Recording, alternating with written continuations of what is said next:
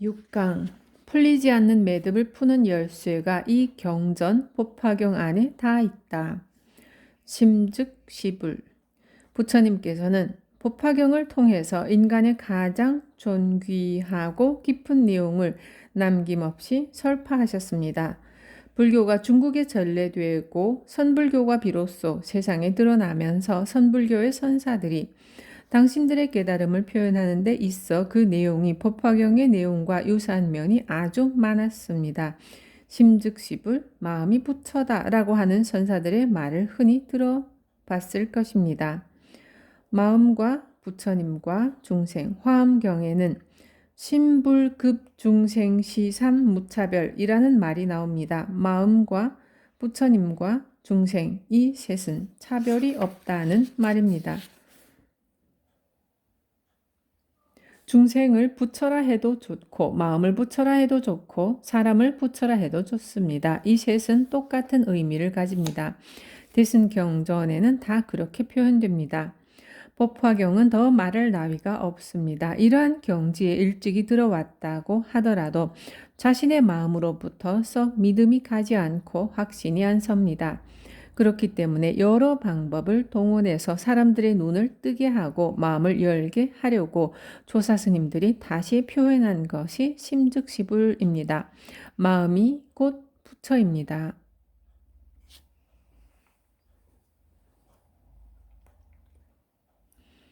날마다 부처를 안고 잔다.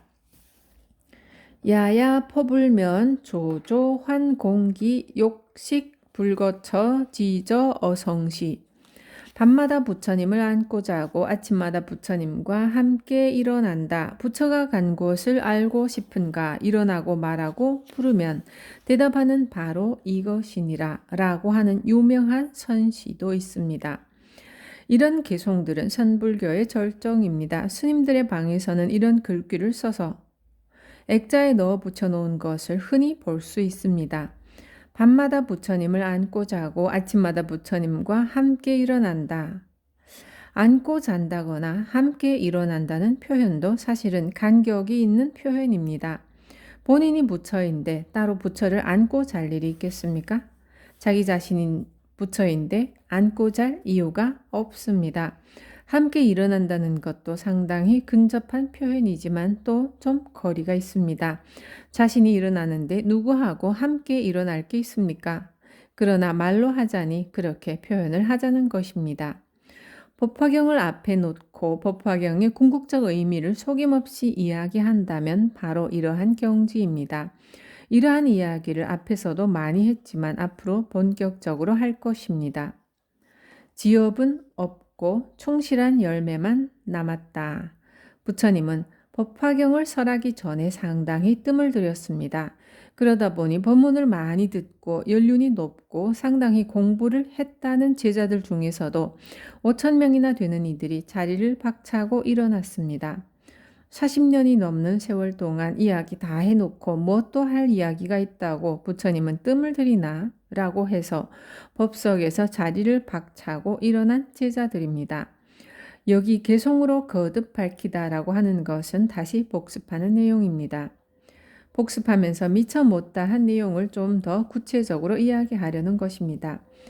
이때 세존께서 이 뜻을 거듭하려고 개송으로 말씀하셨습니다. 비구나 비구니로서 높은 교만심을 가졌거나 우바세로서 아만이 있거나 우바이로서 믿지 않는 이와 같은 사부 대중들이 그 수효가 5,000명이라. 자신의 허물은 스스로 보지 못하고 기행에도 잘못됨이 있느니라. 이 사람들이 도덕적으로 무슨 잘못을 하고 사회적으로 지탄받을 행동을 했다고 해서 기행에도 잘못됨이 있느니라고 표현한 것이 아닙니다. 자신의 허물을 스스로 보지 못한다 하는 것도 사회적으로 지탄받을 큰 허물이 아닙니다.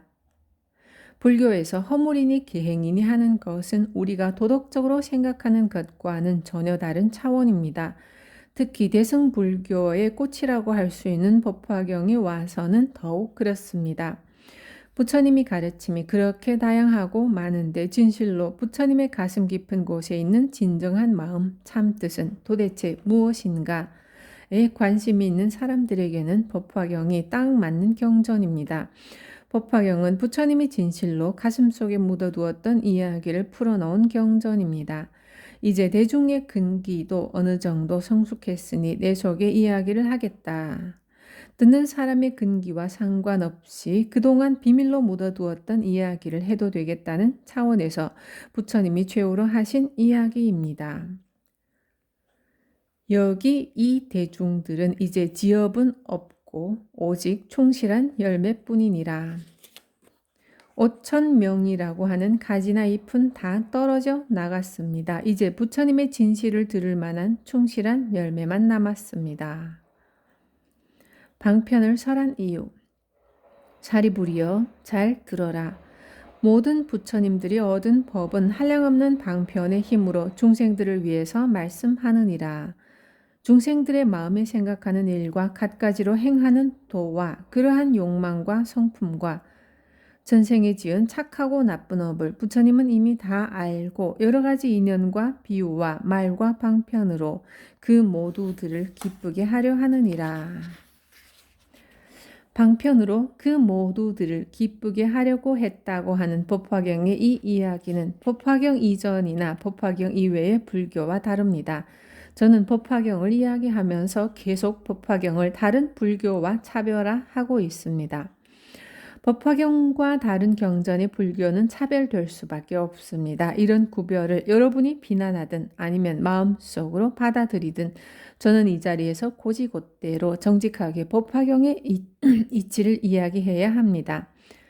지난번에 대해선사 이야기를 했듯이 차라리 모든 중생을 대신해서 지옥의 고통을 받을지언정 내가 이 입으로 인정에 끄달려서 불법을 왜곡되게 말할 수는 없다는 것입니다. 상대가 무엇을 생각하고 원하고 마음에 두고 있을지를 다 압니다만 그 때문에 뻔히 아는 불법을 왜곡되게 이야기할 수 없다고 대스님도 말씀하신 것입니다. 부처님도 그동안에는 알고 있는 불교를 왜곡되게 말씀하셨습니다. 어린아이를 달래고 우는 아이에게 사탕 주는 식으로 사탕 발림 차원의 불교 교설이 많았습니다. 90%가 넘을 것입니다. 그러나 부처님이 머지않아 열반에 들리라는 것을 알면서 당신이 깨달은 바를 솔직하게 다 이야기하지 못하고 눈을 감는다면 천추의 한이 될 것입니다. 법화경에 와서는 그런 여한을 없애기 위해서 진실을 이야기하는 것입니다.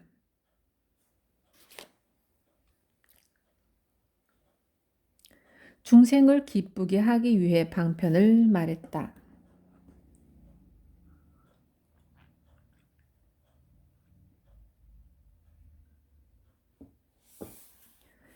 중생들이 마음에 생각하는 것, 갖가지 행동하는 도와 욕망, 성품, 전생에 지은 일, 착한 일, 나쁜 일 이런 것을 부처님은 다 알고 있습니다. 그래서 할 수 없이 인연 이야기, 인과 이야기를 해왔습니다. 귀에 고소하게 들리는 인과 이야기를 하면 좋아하는 사람들이 많습니다. 전설의 고향이라든지 전설 따라 삼천리 같은 이야기를 좋아하는 근기들이 또 있습니다. 그래서 부처님도 그런 이야기를 많이 해왔습니다. 제가 법화경 입장에서 곰곰이 생각해보면 부처님이 측은하다는 생각도 듭니다. 저런 이야기를 하시면서 속은 안 편할 텐데. 그러나 중생들의 근기를 감안해서는 그런 이야기를 안 할 수도 없는 상황입니다.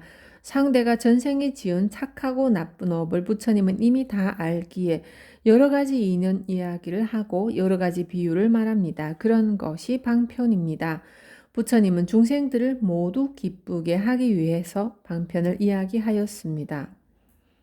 구부경, 경전을 내용이나 형식에 따라서 구부경으로 나눕니다. 혹은 수다라를 말하고 가타와 본사로 말하고 본생과 미증유와 인연과 비유와 기야와 우바제사경을 말하느니라. 수다라는 산문으로 된 경전입니다. 가타는 고기송이라고 해서 법구경같이 시 형식으로 개송만 있는 것입니다. 본사는 제자들의 과거 인연이나 업을 이야기하는 것입니다. 그 제자가 과거에 그렇게 살았든지 안 살았든지 상관없습니다. 미륵보살을 앉혀놓고 저 사람은 과거에 구명보살이었다. 신심이 있어서 공부는 열심히 하면서도 한편으로는 이름 좋아하고 칭찬받기 좋아하고 명예 좋아하고 돈 좋아해서 열심히 정진하면서도 공부하는 것은 다 까먹어 버린다.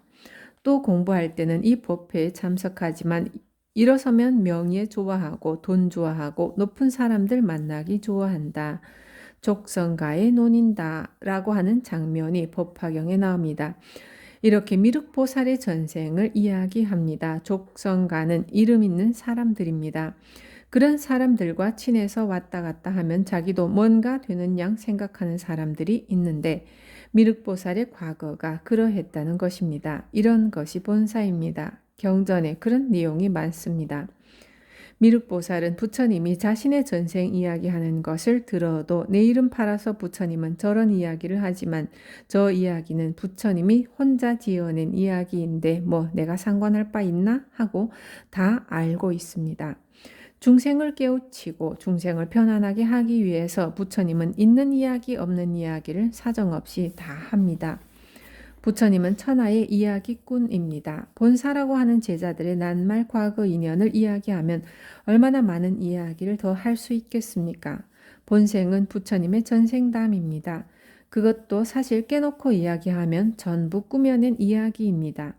부처님이 녹야원이라고 하는 사슴동산에서 법문을 많이 하셨으니 문득 비유 들기를 내가 과거 수만 세월 전에 사슴으로서 사슴의 왕 노릇을 했노라 라고 하면서 이야기를 하셨습니다. 부처님은 보는 족족 이야기거리를 만듭니다. 어떤 스님은 법문이 있는 날 경은 안 보고 아침 신문을 읽고 가서 법문을 한다고 합니다.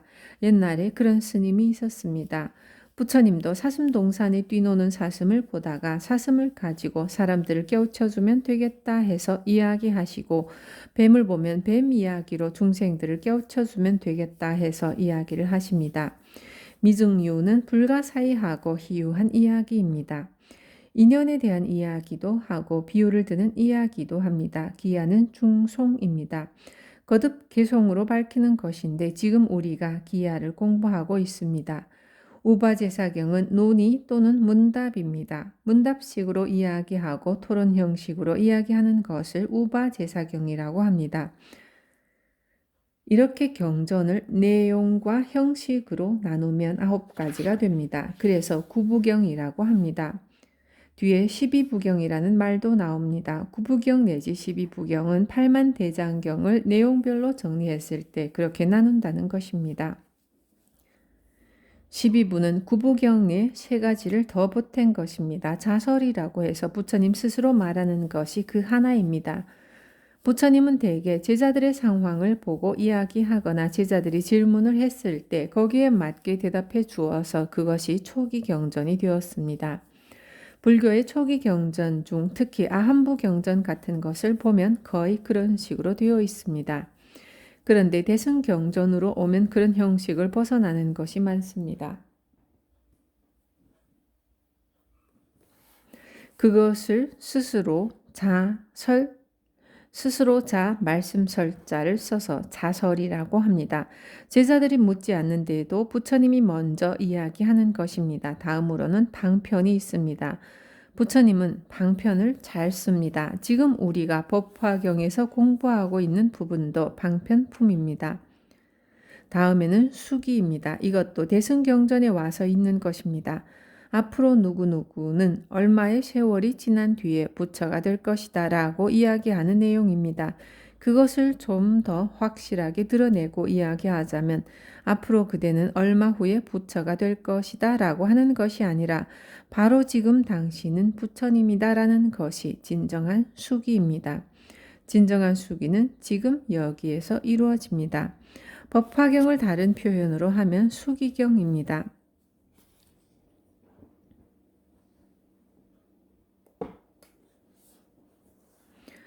수기에 대한 이야기가 많습니다. 사리불이나 목건년이나 기타 부처님의 10대 제자에게 수기를 주고 심지어 제바달다 품에서는 제바달다까지도 부처님이다 라는 이야기로 연결이 됩니다. 법화경에 나오는 이런 수기는 대승경전에만 있고 초기경전에는 없습니다. 구부경의 자설, 방편, 수기를 합하면 12부경입니다. 구부경 또는 12부경이라는 표현은 불교에서 흔히 나오는 말입니다. 모든 문제 해결의 열쇠. 둔한 근기들은 소승법을 좋아하고 나고 죽는 일을 탐하고 집착하여 한량없는 부처님을 만나도 깊고 묘한 도는 행하지 않고 온갖 고통에 시달리기에 그들에게 열반의 도리를 말하느니라. 다른 경전에서는 열반을 상당히 높은 경지로 보고 열반을 증득한다, 열반을 얻는다고 하는데 법화경에서는 열반을 시시한 것으로 유치원생이나 좋아하는 수준으로 봅니다. 둔한 근기들이 소승법을 좋아하고 나고 죽는 일을 탐하고 집착한다고 하였습니다. 생사 문제가 중요한 문제이기는 합니다. 선불교에도 생사를 해탈해야 한다는 의미로 생사해탈이라는 표현이 자주 나옵니다. 그런데 대승불교에서는 생사해탈을 크게 중요하게 여기지 않습니다. 대승불교에서는 보살행을 어떻게 할 것인가가 중요합니다. 열심히 일하는 사람에게는 비가 오는 날이건 갯날이건 상관이 없습니다. 게으른 사람이 비 오는 것을 핑계로 댑니다. 이슬비가 내리면 놀기 좋다고 합니다. 부지런한 사람은 이슬비가 내리면 오늘 일하기 좋다고 합니다. 세상사나 불법이나 그 사람의 견해에 따라서 모든 게 그렇게 달라집니다. 법화경과 같은 불교 최고 경전을 깊이 있게 읽고 사유하고 그 속에 담겨있는 내용을 제대로 찾아낸다면 우리에게 보통 큰 도움이 아닙니다. 마음이 확 열립니다. 사람 관계에 있어서도 마찬가지입니다. 회사에서나 개인적인 일에서나 사람 관계에서 풀리지 않는 어떤 매듭이 있다면 그 매듭을 푸는 열쇠는 이 경전 속에 다 들어 있습니다. 그저 부처님의 경전이겠거니 해서 마음을 담아 읽지 않아서 그렇지 법화경 속에 있는 모든 일이 다 풀리는 엄청난 해결의 열쇠가 들어 있습니다. 한량없는 부처님. 소승들은 생사 문제를 탐하고 집착한다. 한량없는 부처님을 만나도 깊고 미묘한 도를 행하지 않는다고 하였습니다. 한량없는 부처님은 이루 헤아릴 수 없는 부처님입니다. 대승경전에서 이 말 한마디만 이해하면 제가 늘 주창하는 사람이 부처님이다, 당신은 부처님이라고 하는 인불사상을 이해할 수 있습니다. 인불사상이야말로 최대승이고 가장 큰 가르침입니다.